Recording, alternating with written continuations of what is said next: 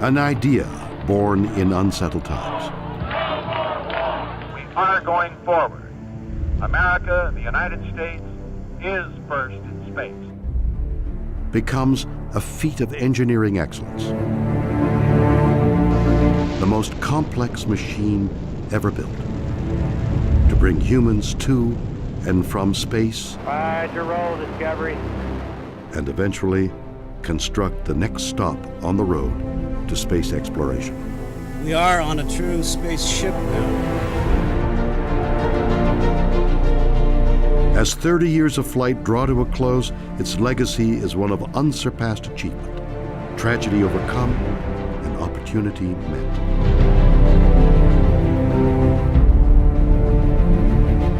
NASA Space Shuttle. Space Shuttle Endeavour is rolling out to Launch Pad 39A at NASA's Kennedy Space Center in Florida. In 24 missions, flown over 20 years, Endeavour has logged more than 103 million miles in space. The last of NASA's shuttles to be built, Endeavour prepares for her final flight, STS-134.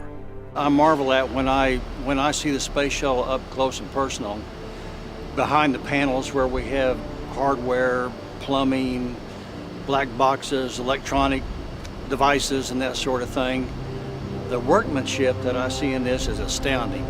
And that points right at the people that do this. When you integrate all that together, it results in what I think has been a marvelous program with a space shuttle. Well before any shuttle reaches the launch pad, however, a staggering amount of work is required. The parts, plans, and people necessary to make each launch span the entire nation. One single goal is the focus: the safety of the orbiter and her crew. You've got all these people, all these folks that are in their 20s, some of them in their 30s, and they are, no kidding, in charge of some part of the space shuttle, some part of the space station, or some part of the plan.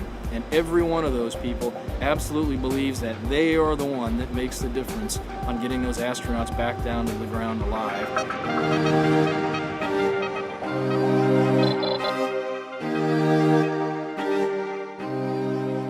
At NASA's Mission Assembly Facility in New Orleans, production begins on the shuttle's external fuel tank. The last of 136 produced here since 1973. Each one 154 feet tall and 27.6 feet around, is capable of handling 535,000 gallons of liquid hydrogen and oxygen, enough to fill 13,375 average household bathtubs. 3 versions of the external tank were created during the program in an effort to reduce the tank's overall weight and allow for heavier shuttle payloads. Around the same time, in Clearfield, Utah, technicians at ATK Launch Systems start work on the shuttle system's solid rocket motors, or boosters. Fire. Together, these SRBs produce nearly 6 million pounds of thrust, about 83% of the thrust needed to push the orbiter into space. The remaining 17% is furnished by the shuttle's 3 main engines, fueled by the external tank. Unlike the orange external tank that is used only once, the boosters detach themselves and parachute into the Atlantic Ocean. They are then retrieved, refurbished, and reused on later missions. The shuttle mission's crew is assigned. Folks on there that are like my brothers and sisters. I mean, we really do get close after a year of training for a flight and having flown in space together. And there's a special bond that comes with that. Right up until launch, a shuttle crew will train in a variety of critical regimens, some basic, others specific to their mission. Simulators, safety and contingency, science experiments, and underwater in the world's largest indoor pool.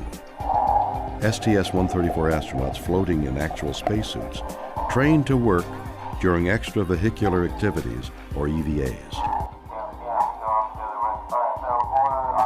The Neutral Buoyancy Lab, or NBL, at NASA's Johnson Space Center in Houston is the best simulation of microgravity on Earth, and ideal for practicing spacewalks. One of the most amazing facilities that we work in is the NBL, the Neutral Buoyancy Lab, and the divers and the guys who help us run the robotic arm are all there to ensure that our spacewalks are flawless. Their efforts in that pool have helped us and made us able to have this program. Every step of a spacewalk, every step of EVA is so critical, and even though we see it every day, that one little safety tether could be life or death. For every hour that they spend in orbit, they'll spend 5 to 6 hours training for that same task. So we've built up from the suit engineers and suit technicians who help them get into the suit. Now we've got trainers who help them learn how to use the suit and learn how to understand the suit. And then we've got divers who support them while they're in the pool. The closer they get to actually flying in the suit, the team of people who help them tends to grow. Maybe not exponentially, but it's certainly getting bigger.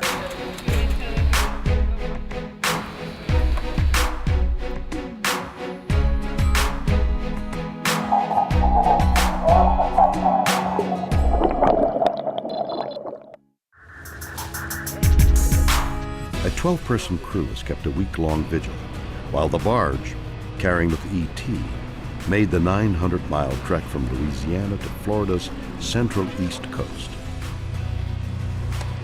The iconic orange external tank finally arrives at the Kennedy Space Center.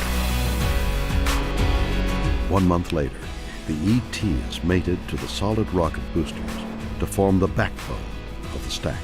Now, all that's missing is the spacecraft itself.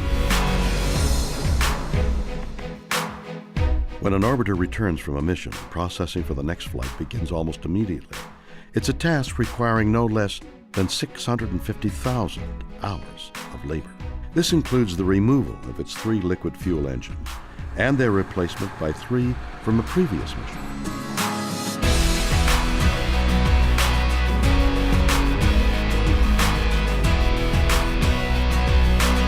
They've been refurbished, inspected, and tested at the Stennis Space Center. With most of its flight preparations complete, Endeavour is towed in what is called the rollover, a short roll over a quarter-mile distance on a 36-wheeled vehicle from the Orbiter Processing Facility, the OPF, to the VAB. Here it undergoes its flight configuration. The rollout. Looking now much like it will at liftoff, the Space Shuttle is carried to the launch pad atop the 6 million-pound crawler transporter at a blazing pace of less than a mile an hour. Not exactly warp speed. At our peak carrying full load, we get right around 38 feet per gallon. Not too bad for an original 1965 hybrid vehicle with low miles. The 3.4-mile journey takes up to 6 hours. Just enough time to appreciate the route's picturesque surroundings.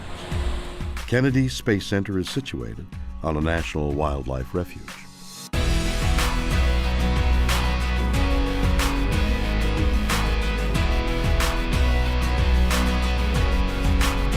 Bald eagles, osprey, and vultures are just a few of the scores of bird species regularly spotted in local skies. Both land and sea are home to a wide variety of creatures, including manatees, dolphins, and of course, the ever-present alligator. Visitors are always urged to watch their step.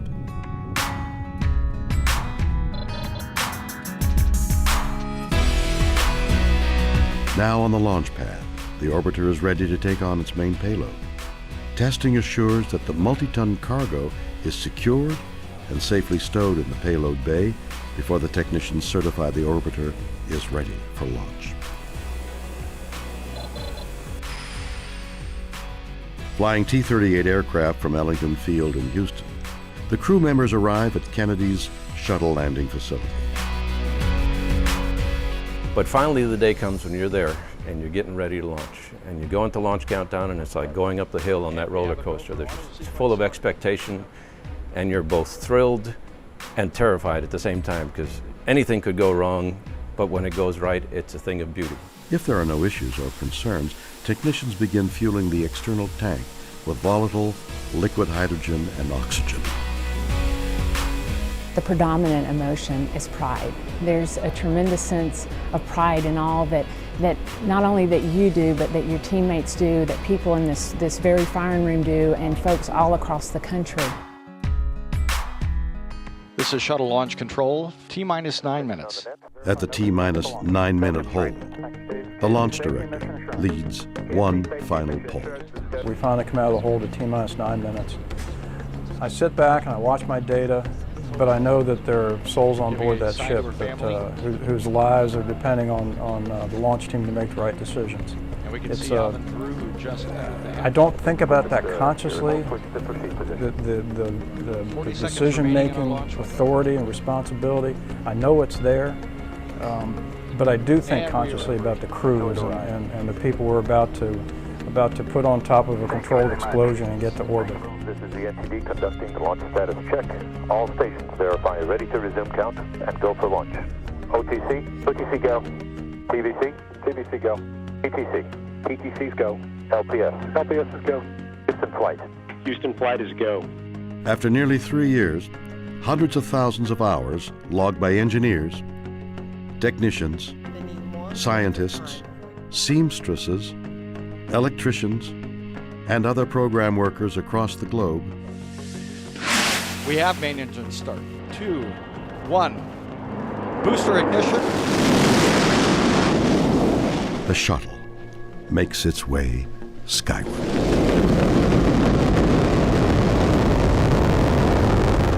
At liftoff, 6.6 million pounds of thrust begin hurtling the vehicle and crew at speeds that'll reach 17,500 miles per hour. The shuttle is like no other machine ever built. For its launch to succeed, more than 1 million parts must move together perfectly.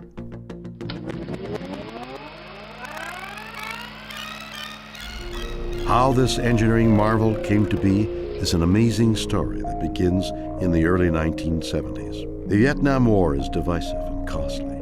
The economy is sliding into recession. And with the race to the moon already won, the Apollo program is canceled.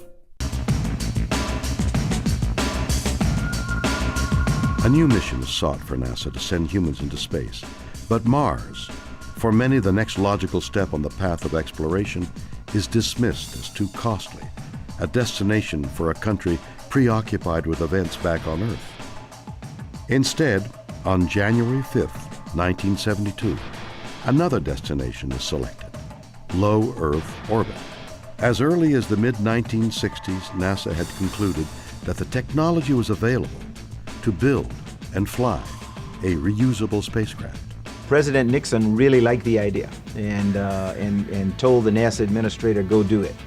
And the NASA administrator got a call from OMB the next morning, someone there, and said, hey, what the president really meant to say was, you're going to get this much money, and so do as best you can with the space transportation system. And our choice, logically, was you have to have a vehicle first, and so that was the birth of the Space Shuttle as the first in the 3-part space transportation system.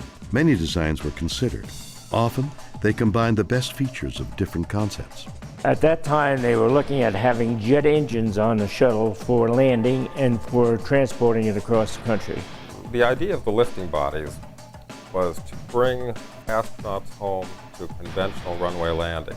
Previously, all of our spacecraft, which were capsules, came down in the ocean. Someone came up with the idea of a vehicle that could land like an airplane. The key thing was to understand aerodynamic stability across the hypersonic, supersonic, subsonic, and landing speed type of environments that a single vehicle has to fly safely. That was the key thing that was learned from those, and you'll see it reflected in the shape of the space shuttle. One was the use of a lifting body, an aircraft with no conventional wings. Only its fuselage would keep the aircraft airborne and guide it safely back to Earth. They were known as the flying bathtubs. For the first test, the M2F1 was towed behind a car, a souped-up Pontiac. Whitey Whitesides drove that Pontiac across the lake bed at about 120 miles per hour, dragging this flying bathtub behind it. As well as groundbreaking, their tests could also prove ground shaking.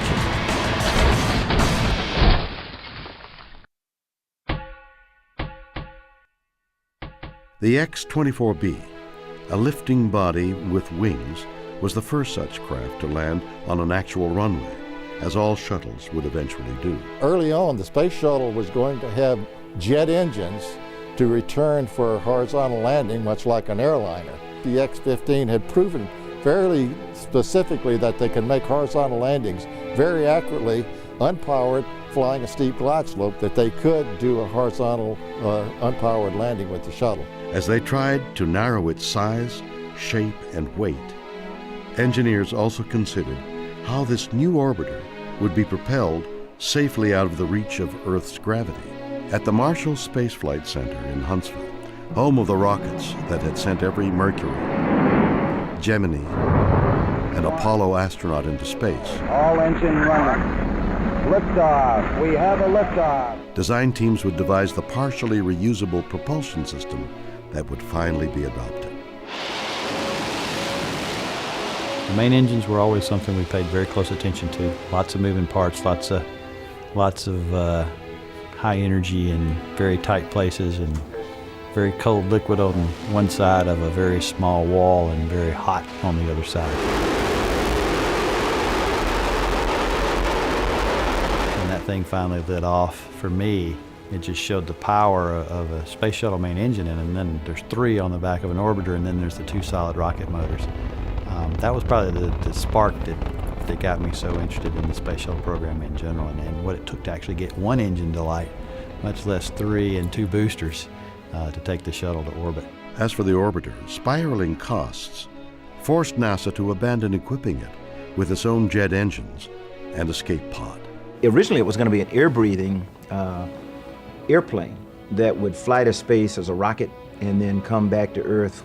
The orbital maneuvering system pods that sit on the back now were to be where deployable air-breathing engines would come out, and it would be able to fly from its intended point of landing to another place if the weather were bad or something like that. NASA's new shuttle would essentially glide its way back to Earth. Producing the components of this new space transportation system fell to familiar names in the space industry. Prime contractor Rockwell North American, now Boeing, had built the Apollo Command Service Module. Morton Thiokol, now ATK, would build the solid rocket boosters, and Martin Marietta, now Lockheed Martin, would construct the ET. Responsibility for producing the space shuttle's main engines went to Rocketdyne, now Pratt Whitney. There was a lot of teamwork that was going on. It was bringing people from all across the country, from Kennedy, from Johnson, from Marshall. So many people involved that had to work together. Now, at the beginning, there was a lot of anxiety that we weren't going to work together. But when people got to know each other and could trust each other, that's when the work began. It was an amazing vehicle, and in a lot of ways way ahead of its time. To have a reusable spacecraft that could carry such tremendous amounts of cargo to space was unprecedented. September 1976, more than 4.5 years after President Nixon signed off on its development, America's new spacecraft, Constitution, gets its first close-up before the cameras. The orbiter itself was well received by the public, but impassioned fans of a particular long-canceled television series called Star Trek wanted it called something else. They staged a successful write-in campaign, and the orbiter was renamed for the Starship featured on the show. Thus, NASA's new shuttle would be the Enterprise, boldly going as no spacecraft had ever gone before.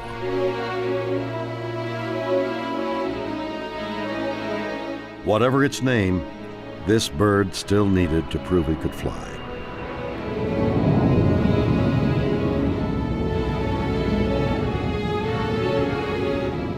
In an age before computer simulations, balsa wood models and wind tunnel testing was the only means to test the airliner-sized glider.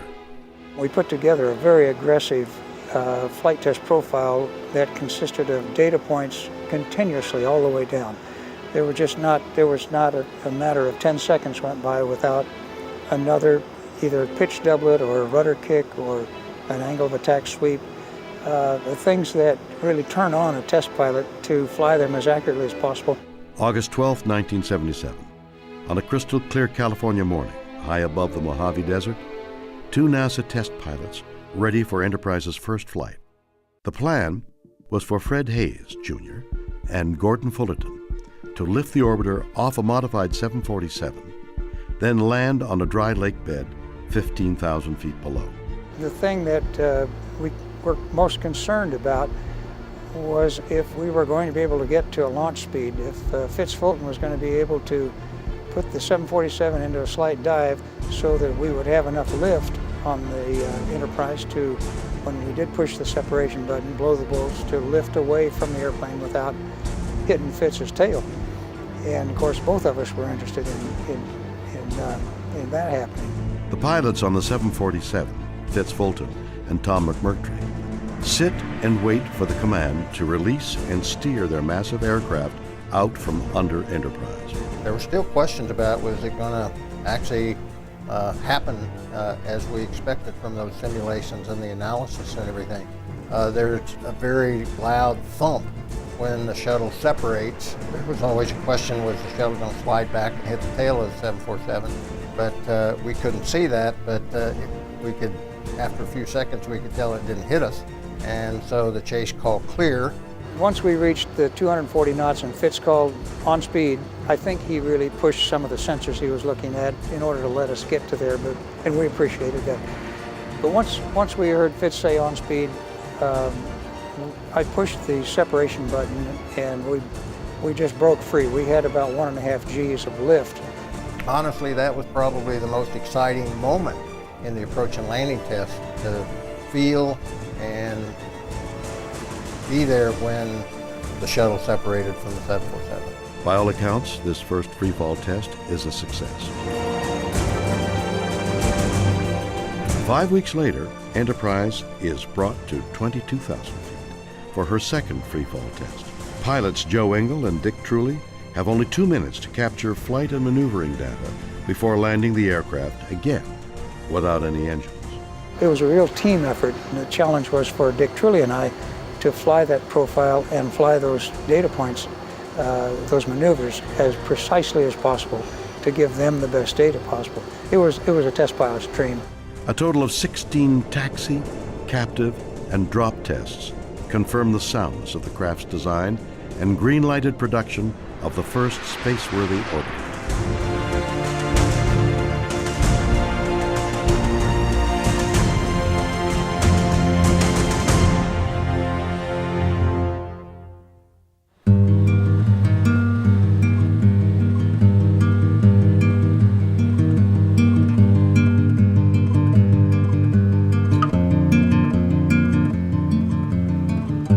Columbia, NASA's first orbiter, is fittingly named after the first American vessel to circumnavigate the globe. However, Columbia quickly becomes a daunting challenge for NASA. Its complex makeup had engineers struggling constantly to reduce Columbia's weight and simplify construction. Especially frustrating was keeping the orbiter's ceramic tiles attached to its fuselage. More than 25,000 of them fit together to protect Columbia from the searing 3,000-degree heat of re-entry. We were having a lot of problems with the thermal protection system of the tiles. The way we were trying to glue them on, they wouldn't stay on. And we had to come up with a way of making sure that they'd stay on. And we had some really great people that worked that, and that's why it took such a long time. I had hoped it was not going to take that long, since John and I were named as a crew, so we had a lot more time to train than what we'd both initially planned. The requirement was to be able to handle temperatures like 2,500 degrees F that occur on the surface of the TPS, and that's 5 times what your oven is at home that you bake cookies under at max. The other problem is weight, because after all, this is an airplane. So you can't have a metallic system on it that weighs tons. It has to be extremely lightweight. And in fact, the shuttle tiles are about 90% air, and that gives the combination of being able to be temperature resistant and yet at the same time light. Each orbiter has a unique number of protective tiles. Challenger was built with the most, 31,088, while Atlantis has the fewest, a mere 24,177. Over in Palmdale, they had put on their first effort of putting the tiles on to protect the aluminum from the heating they were going to get on reentry. And some of those tiles, when they put them on in the daytime, next morning the tiles were on the hangar floor. And so that was real scary that they could lose some tiles while they were on orbit and really have a problem with the heat coming back on reentry. Columbia had a lot of tiles missing yet, needed quite a bit of work before we could deliver it to the Cape, and we scrounged throughout the city of Lancaster for RTV, which was the material we used to glue the tiles on with. More glue did keep the tiles in place. However, water was literally ripping them apart. It turns out, in the instant we hit rain, the tiles almost exploded. The tiles fabrication process was modified and the problem overcome. Other shuttle design features proved less problematic and more groundbreaking. A computerized digital flight control system, now common in commercial and military aircraft, was developed for the orbiter. In flying the space shuttle, you were so aware that you weren't necessarily talking to the shuttle, you were talking to a computer who in turn was going to talk to the shuttle. Barriers of race and gender were falling everywhere, and America's corps of shuttle astronauts would become more reflective of the nation it served. There's been a lot that the shuttle era has done to bring space flight into the domain of the average person.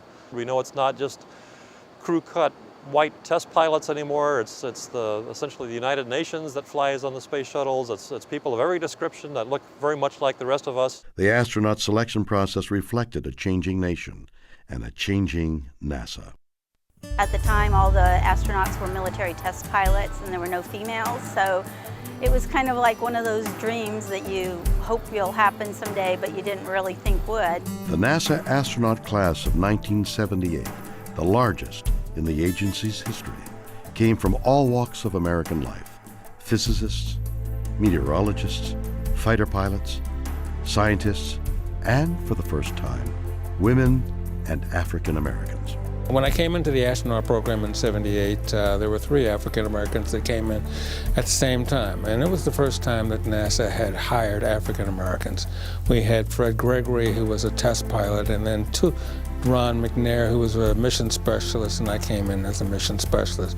So all 3 of us were excited about flying in space, and we all 3 of us recognized that we were really going to open up the envelope for other African Americans to fly in space. While the new class of NASA astronauts trained for subsequent shuttle flights, Columbia was undergoing preparations for the program's maiden voyage, STS-1.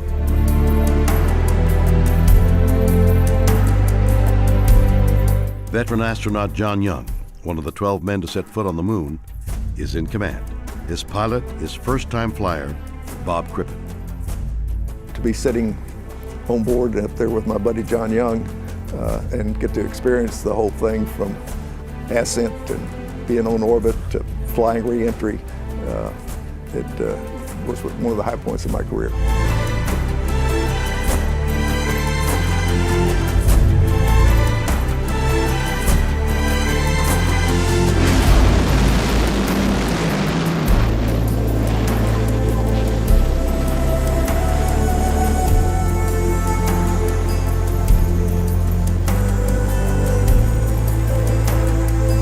Together they would travel over 1 million miles and circle the Earth 36 times. The launch finally occurred. We'd been waiting and postponing, and when it finally lifted off and we knew it was going and achieved orbit, we were all in anxious anticipation for what was going to happen next. Launched like a rocket 2 days earlier, Columbia lands as a glider on the dry lake bed of Edwards Air Force Base in California. Watching out the window, watching the sea and the clouds rush by, it actually gave a sense of speed, more so than when we were up in orbit, being much higher. I think they were all very relieved because there had been some concern because we had lost some tiles initially on the orbit, and they didn't know whether we'd lost any on the bottom or not. Flew down over the San Joaquin Valley. We do a big turnaround to land on the lake bed for that first flight. And I remember when John went into a bank, a big left bank, I looked down at the lake bed, and there's thousands of people out there. And John, look at all those folks, which had come out to see us land. Joe Engel was chased, and hear his voice coming in on final, talking to John Young and Cripp in the airplane that they were right on glide slope, coming in for a landing, and then have that landing, and then have John Young do his Young dance. He was just so elated. It was such a magnificent flying machine to him at that time. The first time I really saw a real shuttle was Columbia, when it was out on the lake bed after the landing, and I'm walking around it. I couldn't believe they sent that big a mass up in the air. People really thought this was all impossible. So what we have done and shown and demonstrated through the shuttle program is we've shown that we can take the impossible and make it possible. Thousands of spectators line up along the landing strip to greet the shuttle and its two-man crew. Anyone who was associated with the program or there just to see the shuttle return, I think felt a lot of pride in our country and our space program. And so those emotions were, finally released, and you said, wow, the flight was done safely. They're back home. The shuttle really does work. It's a great program. It's got a great future ahead of it. Hey, this thing works, and we got it back all in one piece, which is what we wanted to do. While Columbia's return was spectacular, it would renew NASA engineers' worries about the shuttle's thermal protection system. During the post-landing inspection, 148 of the orbiter's tiles were found shattered, and 16 more were missing due to the effects of an overpressure wave. While that and other issues were addressed, the 50-ton Columbia would be placed atop the specially configured 747 and ferried back to Florida and processing for its next mission.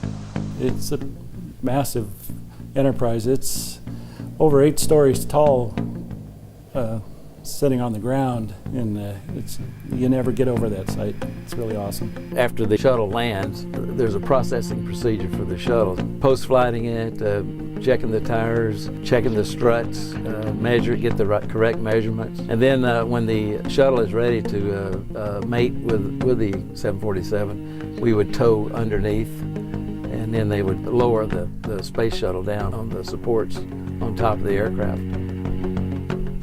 We would take off. On takeoffs from the extra-long runways of Edwards Air Force Base,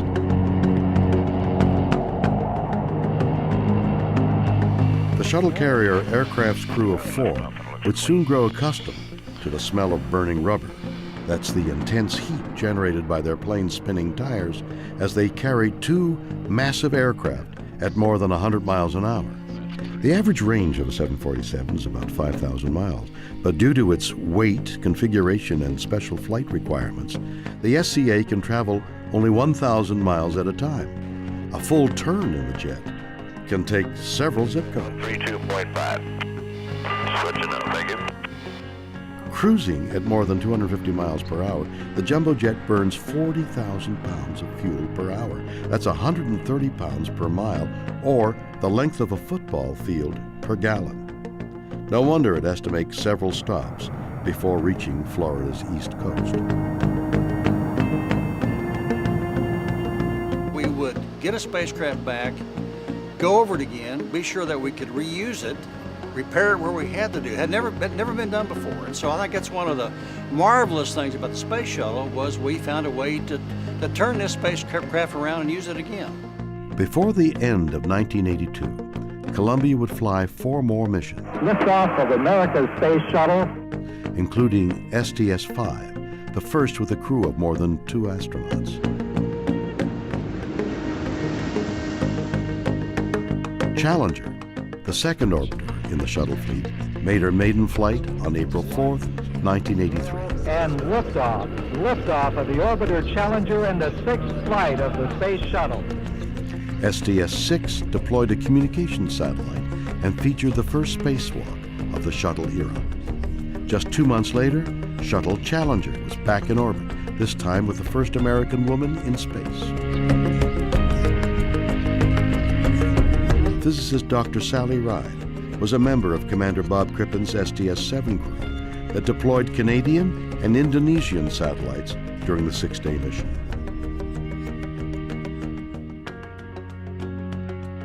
Challenger was ready for flight in less than 2 months, another massive first. Shuttling the first African American to space, and Air Force combat pilot Guy Bluford. For me, it was an exciting moment because it was something that I had been training for 15 to 16 months, and so I was looking forward to the experience of flying in space. We are in an era of brotherhood. We have liftoff of mission 41D, the first flight of the orbiter Discovery. From 1984 to 86, the newest orbiter Discovery would fly a record 6 missions. And liftoff of mission 51D and the 7-member crew of Discovery. Carrying into space satellites, international astronauts, even a U.S. senator and a congressman. 1 year after Discovery's debut, Atlantis flew her first mission. Liftoff of Atlantis. A new orbiter joins the shuttle fleet and it has cleared the tower. STS-51J. It was also one of 7 classified missions the Space Shuttle would fly for the Department of Defense. By the end of 1985, the Space Shuttle program had completed 23 missions, including 9 that year alone. Each successful flight had the unintended consequence of convincing some that spaceflight, once considered among humankind's most inherently dangerous endeavors, had become routine. That notion would soon be tragically dispelled. Well, I am so excited to be here. Amid much fanfare, Krista McAuliffe, an elementary school instructor from Concord, New Hampshire, had been chosen from among 11,000 applicants to be NASA's first teacher in space. I would like to humanize the space age by giving a perspective from a non-astronaut, because I think the students will look at that and say, this is an ordinary person. This ordinary person is contributing to history, and if they can make that connection, then they're going to get excited about history, they're going to get excited about the future, they're going to get excited about space. The American public's interest in its space program was renewed by her participation and was eager to see her off. Commanding the flight was Dick Scobie. His pilot was Michael Smith. Serving as Challenger's mission specialists are Judy Resnick, Ellison Onizuka, and Ron McNair. Joining McAuliffe as a payload specialist was Greg Jarvis. From the start, STS-51L was plagued by delays, mostly due to unseasonably cold temperatures in Florida. Rather than give pause for thought, the delays only tried the nation's patience. Everyone, it seemed, was itching to go. January 28th, the ground temperature at Launch Pad 39B was a frigid 36 degrees. Ice could be seen on the launch vehicle. Despite concerns voiced by some, shuttle managers reluctantly decided to press ahead for a late morning liftoff. 6. We have main engine start. 4, 3, 2, 1, and liftoff. Liftoff of the 25th Space Shuttle mission, and it has cleared the tower. Challenger, go at throttle up. Challenger, go at throttle up. At 11:39 Eastern, at twice the speed of sound, the Challenger's fuselage breaks apart from the inside out. America's space program suffers its first fatalities in flight. God, no. All 7 Challenger crew members perish. Okay, everybody, stay off the telephones. Make sure you maintain all your data. Start pulling it together. We come together today to mourn the loss of 7 brave Americans, to share the grief that we all feel, and perhaps in that sharing to find the strength to bear our sorrow and the courage to look for the seeds of hope. The investigation, headed by former Secretary of State William Rogers, would fault a solid rocket booster O-ring, rendered defective by the bitter cold. But the Commission's findings also addressed the human factor, the role played by shuttle program managers in sending Challenger aloft that day. The shuttle program came to a halt.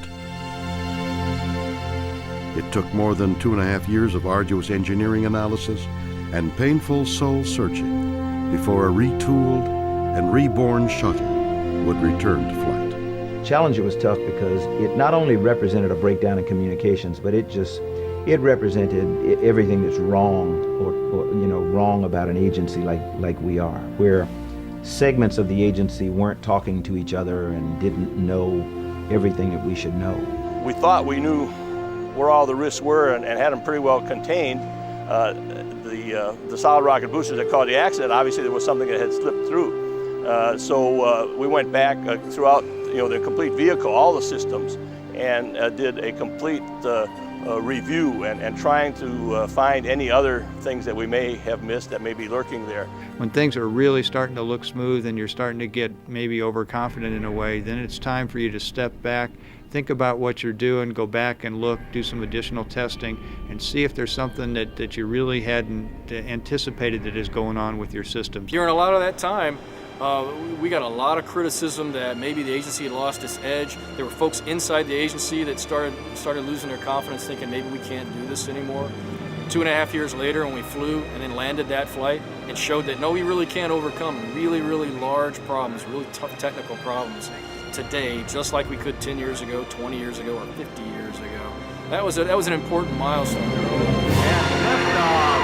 Liftoff. Americans return to space as Discovery clears the tower. On September 29, 1988, 975 days after the loss of Challenger and her crew, the orbiter Discovery returned 6 veteran astronauts to space to deploy a tracking and data relay satellite important to a number of NASA missions. STS-26 proved a comeback milestone for the space shuttle and initiated a tradition that survives with the program today. During the flight, we had roses show up in the Mission Control Center. 6 roses, 5 red, 1 white. And there was a card attached to it, and it simply said, "Congratulations, return to flight, we wish you well." And it was signed Mark, Terry, and Mackenzie Shelton. Didn't know who they were, but after the flight, we through the Foro company, we tracked them down so we could send them some pictures and something to thank them for sending the roses to Mission Control. So the next flight, roses show up again. And again, it's 5 roses for the members of the crew and 1 rose for those who have lost their lives in this endeavor. And so this family, they have become part of our family, and they haven't missed a flight since. Every flight since that time and to date, and I suspect they're going to go right with us to the end of the shuttle program. STS-26 ended on October 3, 1988, at Edwards Air Force Base, California, Standing by for nose gear and touchdown. with Discovery's safe landing on runway 17. The triumphant crew was greeted warmly by Vice President George Bush on behalf of a proud and grateful nation. There's something special about a return to flight that makes you have some trepidation because it's still fresh in your mind that you're frail and you can make mistakes and you're human. In the spring of 1990, the $1.5 billion Hubble Space Telescope was loaded into Space Shuttle Discovery's payload bay, and on April 24th was sent aloft to be deployed to Earth orbit on STS-31. Capcom, we have a go for release. Discovery, go for Hubble release.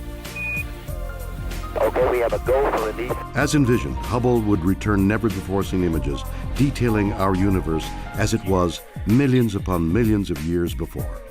Soon it would become clear that Hubble pictures were not. Several days later, if not a couple of weeks, we found out after we were back on Earth that it had a problem with its vision. And most of us were just devastated, that here we had this marvelous instrument that we had put on orbit and it was going to be useless.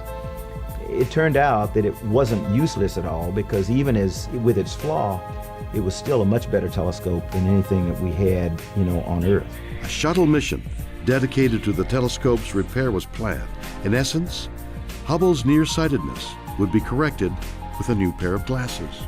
Liftoff of the Space Shuttle Endeavour on an ambitious mission to service the Hubble Space Telescope. We finally flew STS-61, which was the first Hubble servicing mission. absolutely incredible mission. Clearly we have a dynamic situation. You cannot take the 84-inch mirror out of the telescope. It's part of structure, too big, it's there. So by putting in one box called CoStar, we're able to correct the aberrated light for 5 other instruments. Of all the space shuttle missions we've flown, it was without a doubt the most ambitious flight, but the one that I think demonstrated NASA's can-do attitude, its technological skill, its technical capability, and the spirit of its people. 2 teams of astronauts made a record 5 back-to-back spacewalks to refurbish Hubble and realize her potential to awe and astound.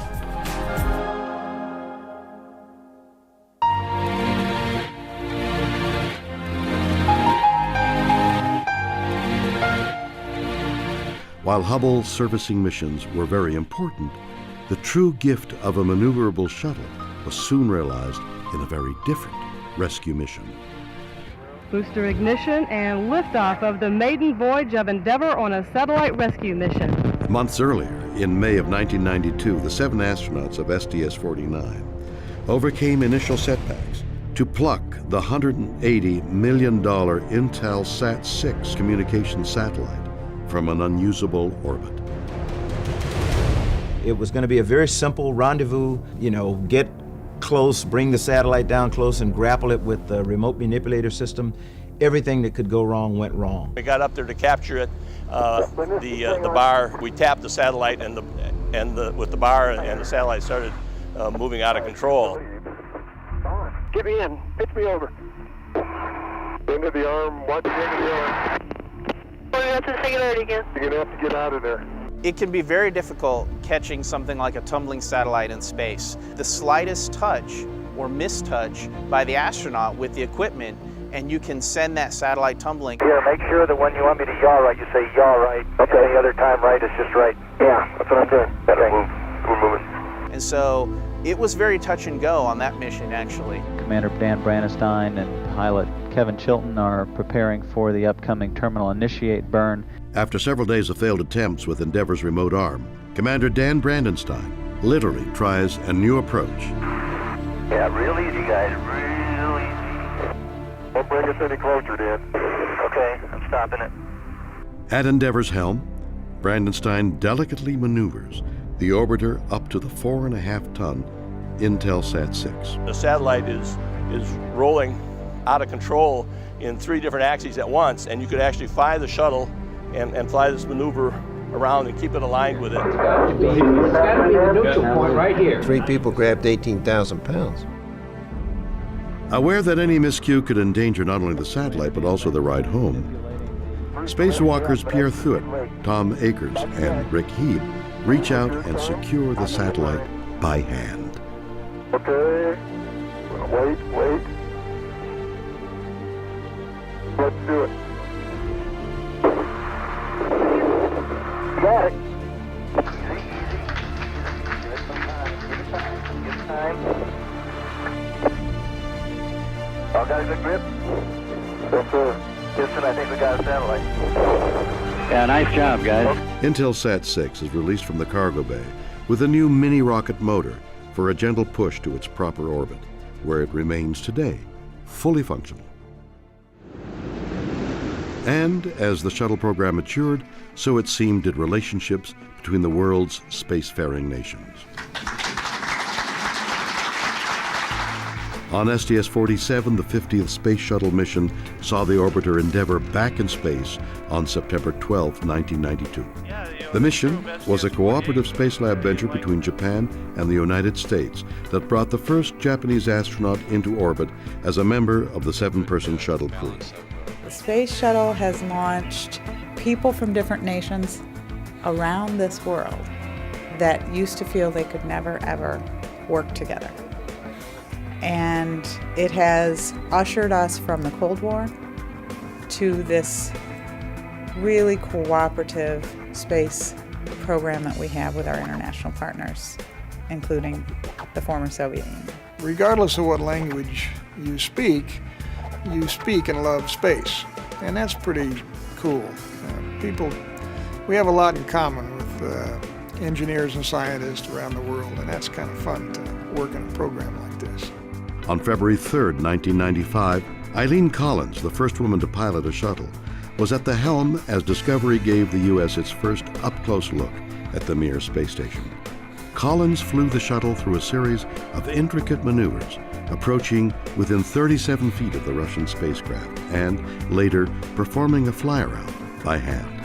And liftoff of the Space Shuttle Atlantis on a mission that will herald a new day of international cooperation in space. 4 months later, on June 27, 1995, Shuttle Atlantis would lift off from the Kennedy Space Center to begin STS-71, the U.S. space program's 100th human space mission.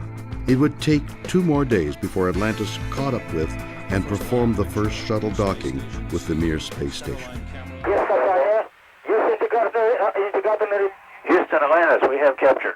Orbiting 220 miles above the Earth, a most unique and historic celebration took place.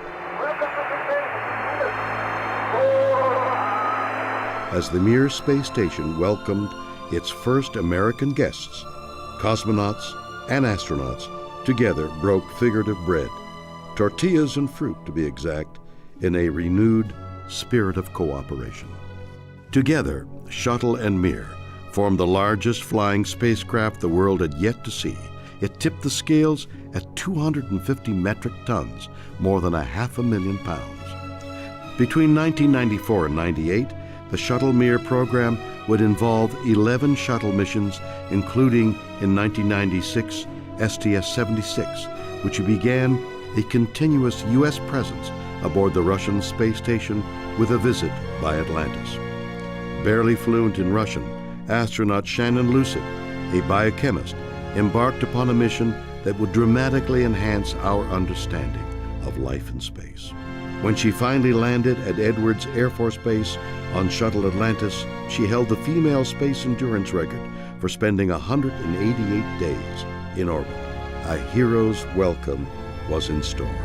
I'm here to say welcome home to Shannon Lucid.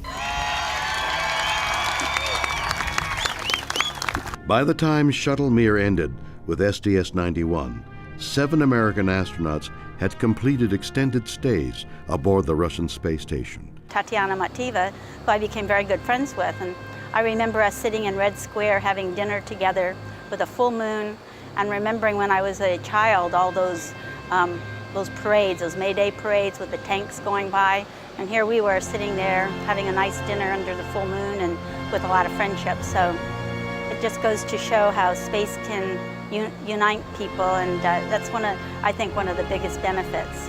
8 cosmonauts had flown to Mir on the U.S. Shuttle, and NASA astronaut Norm Thagard had become the first American to fly there or anywhere aboard a Soyuz spacecraft.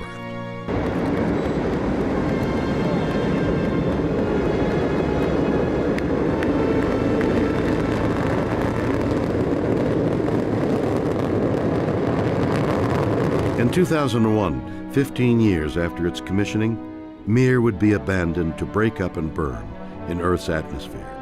By then, the process of building upon Mir's legacy of international cooperation in space had already begun. Whereas STS-61 had helped establish the Hubble Space Telescope as an icon of American ingenuity, STS-95 would update the hero's credentials of one John Glenn. On October 29, 1998, almost 37 years after becoming the first American to orbit the Earth as an original Mercury 7 astronaut, Glenn, now a 77-year-old former U.S. Senator, made his return to space. In contrast to his first flight, a 3-orbit, 4.5-hour foray inside the snug Friendship 7 capsule, Liftoff of Discovery with a crew of 6 astronaut heroes and 1 American legend. STS-95 would take 8 days and circle the Earth 134 times. My main reason for being on that shuttle flight was to do research on aging. I was 77, we went up, and you know, NASA has charted some 52 different changes that occur in the human body when you go into space for a period of time. And several of those are very similar to what happens to the natural process of aging right here on Earth. Body's immune system changes. You get less resistant to disease and infection. The body's ability to absorb protein back into the muscles changes for the young people up there and for elderly here on Earth. The objective was to take those things that are the same and see if we couldn't find any differences between my experience up there and the younger people I would fly with the idea of finding in the human body what turns these different systems on and off. If we could do that, we might be able to make it possible for people to stay in space longer without harmful effects, and maybe cut out some of the frailties of old age right here on Earth. I really was happy to be assigned to that flight. In an interesting twist of fate, astronaut Glenn not only inspired both the young and old around the globe, but also a fresh political science and economics graduate, Lori Garver, the 18th Deputy Administrator of NASA. Having the ability at NASA to fly him again in space after his first flight was something we, I think, gave the nation, and it really helped explain what we were doing on the space shuttle. John Glenn was very, very focused on doing those experiments for both, I think, the older generation, but he was also an inspiration to people growing up. Discovery carried a variety of payloads and research experiments. Arguably, the one most valuable was Glenn himself. Not only did he provide first-time data on what spaceflight might do to the body of a septuagenarian, Glenn also renewed the interest of the nation and the world in America's space shuttle program. While the program had and continued to successfully deploy and service science probes and satellites, as well as conduct on-orbit research, the space shuttle undertook a new long-range task perfectly suited to her specialized capabilities. You've got a spacecraft that can carry at least 7 people into orbit, and with those 7 people, you can do a huge amount of work. One mission, you can do multiple EVAs, you've got multiple crew members, you've got a huge payload, just all kinds of capabilities to be able to construct and build bigger things in orbit. Less than 2 weeks after Glenn's return to Earth, a Russian Proton rocket departs the Baikonur Cosmodrome in Kazakhstan, carrying the Zarya module, the first component of the new International Space Station. Liftoff of the Proton rocket and the Zarya control module. The International Space Station is underway. 2 weeks after that, Space Shuttle Endeavour follows up with delivery of America's Unity module, the second piece of this largest space station puzzle ever to be constructed. Houston Endeavour, we have capture of Zarya.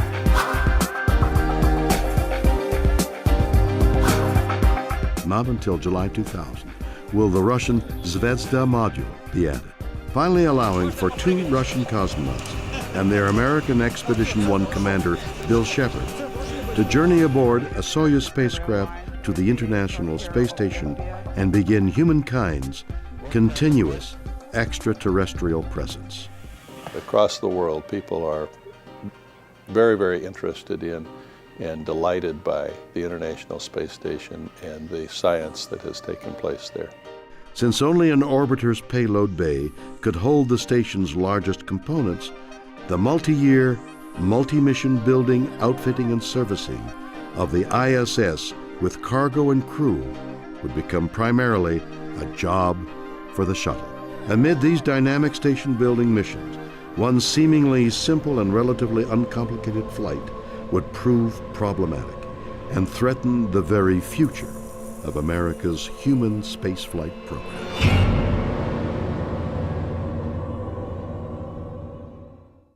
Since 1988, the Space Shuttle had completed 15 years of successful missions. Each was unique, each had its own specific goals and tasks, and each had its own dedicated crew of astronauts who'd trained exhaustively to meet and carry them out. Yet each of those 87 flights did have 2 things in common: a safe launch, liftoff of the Space Shuttle Discovery, and a safe landing. Nose gear touchdown. From the start, STS-107 seemed to be a mission out of sorts. By the time Columbia was finally ready to fly on January 16, 2003, its planned 16-day mission had been delayed no fewer than 18 times. All those delays had ultimately positioned the STS-107 as a sort of black sheep on the Space Shuttle program's launch schedule. Columbia's crew commander Rick Husband, pilot Willie McCool, and mission specialists Michael Anderson, Kalpna Chawla, Dave Brown, Laurel Clark, and Israeli astronaut Ilan Ramon would not go to the International Space Station. Their flight would require nothing more risky than orbiting the Earth. Booster ignition and liftoff of Space Shuttle Columbia with a multitude of national and international space research experiments.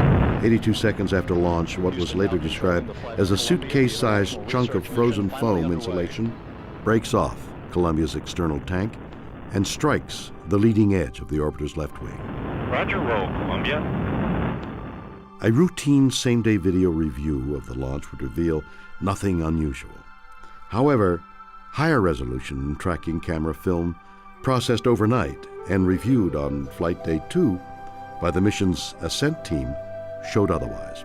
You saw this little thing float toward the leading edge of the wing and like, it was like a snowball hitting something and then just being pulverized. But when you saw it hit, we just winced, because we knew, the vehicle's going 500 miles an hour or better. It was inconceivable in hindsight that you could have that kind of impact at the speed that the vehicle was going and assume that there was no damage. And that's what we allowed ourselves to feel comfortable that we were right and we were dead wrong. Due to limitations in the visual clarity, the exact point of impact and extent of any damage could not be determined. If the foam strike had compromised Columbia's integrity, little, if anything, could be done to repair the orbiter in space. 1 week after launch, Mission Control emails the crew informing them of the debris strike. Save for a relatively minor problem with a leaky refrigeration unit, STS-107 had been without further incident. As scheduled, the order is given on the morning of February 1st for the Columbia crew to begin the landing procedure and come home to Florida. Traveling in excess of 12,000 miles per hour, the orbiter's belly begins to glow red as it descends into Earth's atmosphere. FYI, I've just lost 4 separate temperature transducers on the left side of the vehicle, hydraulic return temperatures. As reentry started and as the ground track went across the states, the ground track, of course, changes color. You can tell where the shuttle is over what part of the country it is. No onboard. Well, that display stopped updating. In other words, that display froze in a certain position. Well, sometimes you have loss of data, you have some problem with the system on the ground where you'll have those kind of outages temporarily. Well, this lasted a bit longer. Then the call went up to the crew. A call went up and no response. Well, I don't know, I just began to feel uneasy. Columbia, Houston, UHF comm check.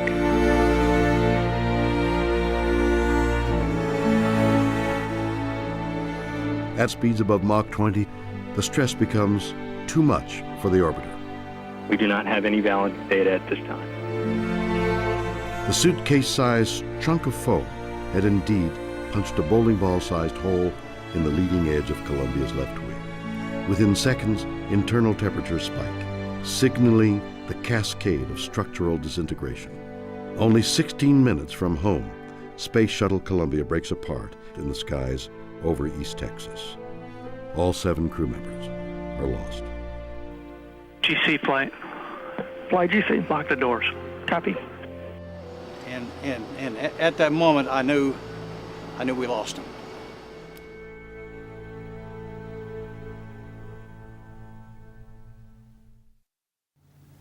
The grief is heavy. Our nation shares in your sorrow and in your pride. And today we remember not only one moment of tragedy, but 7 lives of great purpose and achievement.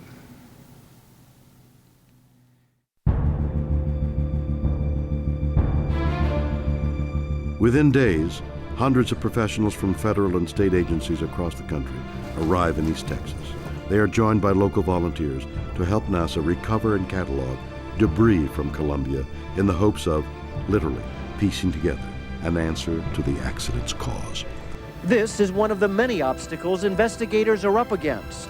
It was really heartwarming and very emotional for me to see all of these people from around the country come in to the piney woods of East Texas and spend days and weeks there marching out through the woods looking for bits and pieces of the orbiter and so forth. If anybody ever wonders about the strength of the backbone of this country, then they ought to have the privilege, like I do, to meet these people who have come here to do this. It shows you the fabric of what this country is made of. Determined to return to flight, stronger and safer, the grounded shuttle program had taken a fresh look at itself.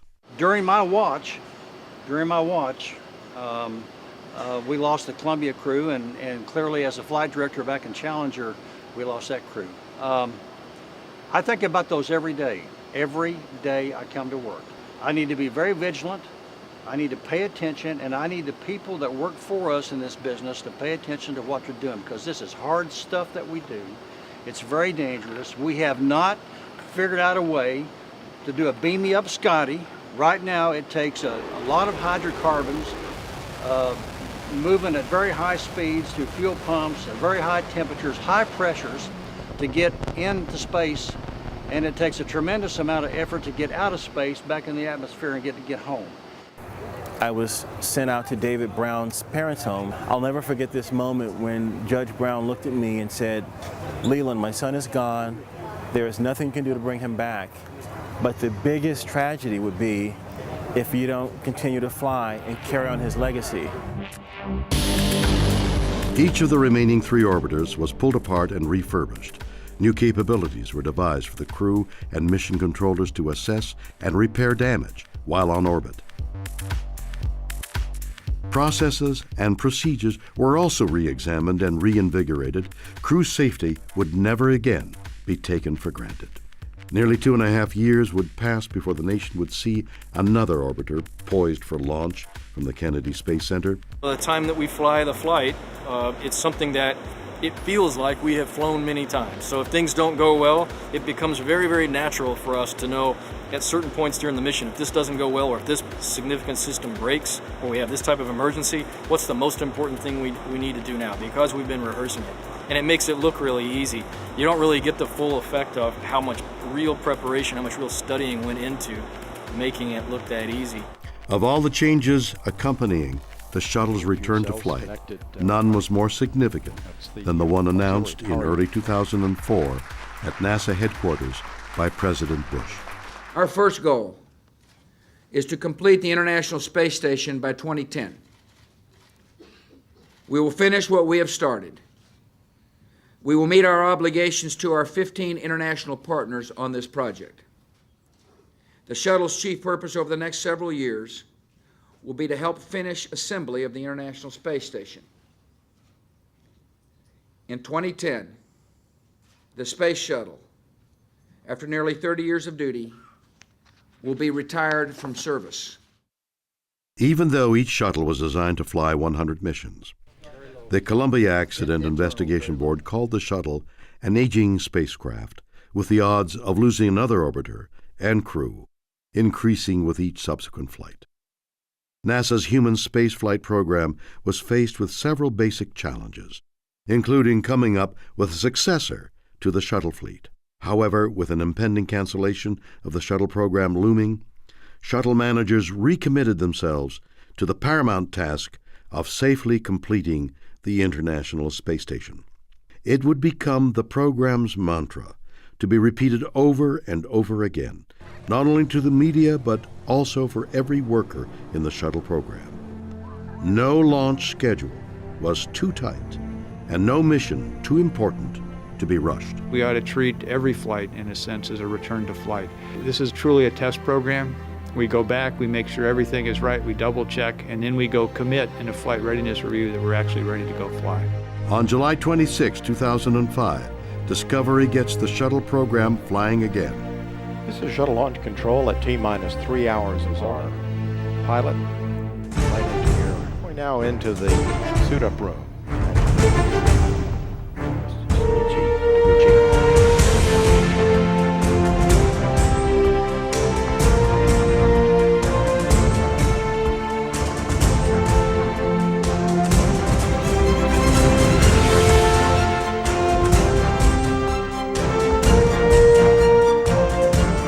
LRD. LRD is go. SRO. SRO is go. So on behalf of the many millions of people who believe so deeply in what we do, good luck, Godspeed, and have a little fun up there. Well, thanks to you, to the launch team, and to everybody in the shuttle program. The crew is go for launch. T-minus 10 seconds. Go for main engine start. 7, 6, 5. 3 engines up and burning. 3, 2, 1. And liftoff of Space Shuttle Discovery, beginning America's new journey. And the vehicle has cleared the tower. Among the many changes instituted, the new R-bar pitch maneuver or backflip. Station Discovery initiating RPM in 3, 2, 1, mark. Will be used by each mission to the International Space Station. At arrival, the end-over-end flip allows the station crew to visually document the condition of the shuttle's belly and nose.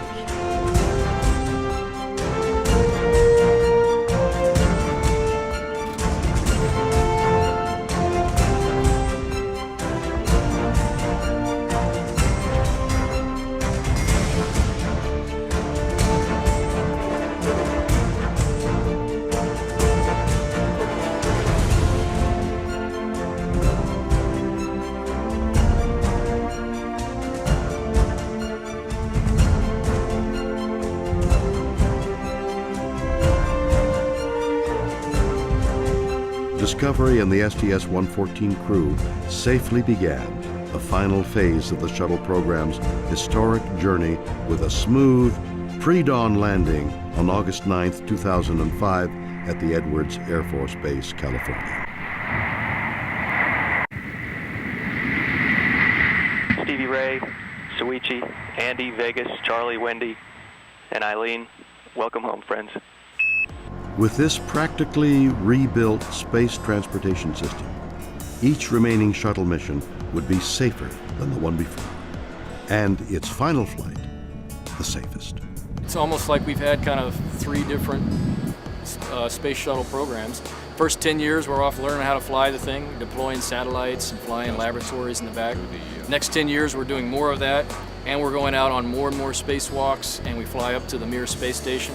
And in the last 10 years, we use it to build about a 1 million-pound space station in orbit, which wouldn't have been possible without Shuttle. It's a heck of a machine. When you look at the Hubble Space Telescope, that would not have been possible without Shuttle, and you look at the International Space Station, which certainly would not have been possible without Shuttle. Every launch is an emotional experience. Watching what this nation has done, what NASA has done with the NASA contractor team, it's awesome. It's wonderful. We didn't spend a dime in space. Not one single penny has been spent in space. Every single penny that went into the space shuttle program over its 30-plus years was spent right here on Earth. One, creating jobs, growing our economy, creating technological development of which we never dreamed, advancing science and technology, even advancing the field of aeronautics. It just impresses me what people can do. What people can do. It's a big machine, it's a nice machine, it's a fantastic engineering marvel in my opinion, the whole space shuttle. But what's the real marvel is the people behind it that make it go. Having a space shuttle enabled us to be able to complete our science and do some really great things to advance the area of metallurgy. Without the space shuttle, an experiment like this one could not have been conducted.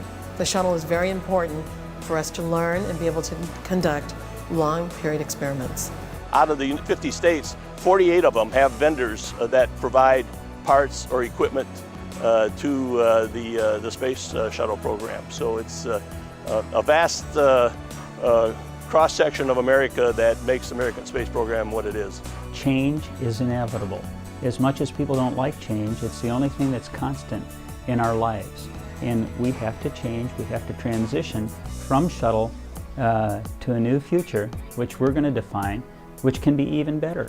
A future that allows us to explore beyond our home planet, to seek our destiny, to learn what we couldn't possibly learn if we were stuck in low Earth orbit. And since its return to flight, the shuttle program has been almost singularly focused on completing construction of the space station. I think back of all the challenges and all the things that had to work right, You know, a lot of these interfaces never came together before. All the shuttle flights, the 20-plus shuttle flights that went into assembly, all the Soyuz flights, the Progress flights. To see this station come together in assembly is a true testimony to the international partnership. This is probably the most amazing research facility ever constructed in space, and it's constructed internationally, and it operates every day, 24 hours a day, doing world-class research internationally, and there is no more amazing facility than what we have in orbit. Through and possibly beyond 2020, the ISS will serve as the world's first full-time research laboratory in microgravity. Among zero-G experiments already conducted aboard the station, several have led to promising breakthroughs in the research and treatment of cancer. Many other on-orbit science findings have the potential to significantly improve the quality of life back on Earth. In May 2009, Atlantis and its STS-125 crew took to space not to visit the ISS, but to return to the Hubble Space Telescope for its final servicing mission. On 5 spacewalks, Atlantis astronauts repaired and upgraded the Hubble telescope to significantly improve its capacity to explore the depths of the universe until at least 2014. I think of all the fingerprints that are all over this thing. It's a phenomenal piece of machinery. It's a phenomenal airplane. And it really is an engineering marvel. The Space Shuttle will go down in history as one of the great flying machines that America has produced. The Space Shuttle, you know, at this time was a vehicle for bringing people together from all around the planet and having us work in harmony for the betterment of humankind. We may not have understood when we first built it what all we'd be able to accomplish with it. And after many years, we've realized just how useful it has been. It's been a learning experience on how to operate and live in space. What can you say about the Space Shuttle? It has changed everything. Well, the shuttle, from my perspective, is one of the great things that this nation has done. It was a lot of pride. Like I said, it's inspiring to come to work every single day to work on this program. I'd go tomorrow if I had the opportunity. Liftoff of the Challenger of Columbia. Discovery, the shuttle has been landed. For more than 30 years, the fleet and thousands of Americans dedicated to its safety and success have toiled in exhilarating triumph, heartbreaking tragedy, and most often, quiet obscurity. Their contributions have extended beyond the bounds of space. Among others, shuttle-derived technologies have been used in developing an artificial heart and limbs, three-dimensional biotechnology, a light for treating tumors in children, and improving crime prevention and wildfire detection. From crawler driver to payload specialist, from scuba diver to pilot, from scientist to engineer, they and many like them throughout the nation share a commitment to sending humankind safely into space. That dedication, as much as any other acclaim, will be the legacy of America's Space Shuttle. I think will be remembered in thousands of years, you know, as perhaps the most incredible technological feat of humans of our time. As is the order of life, an ending for the Space Shuttle becomes a beginning for a space-bound successor. Soon, America will again send astronauts into orbit and beyond to do what NASA does best: explore.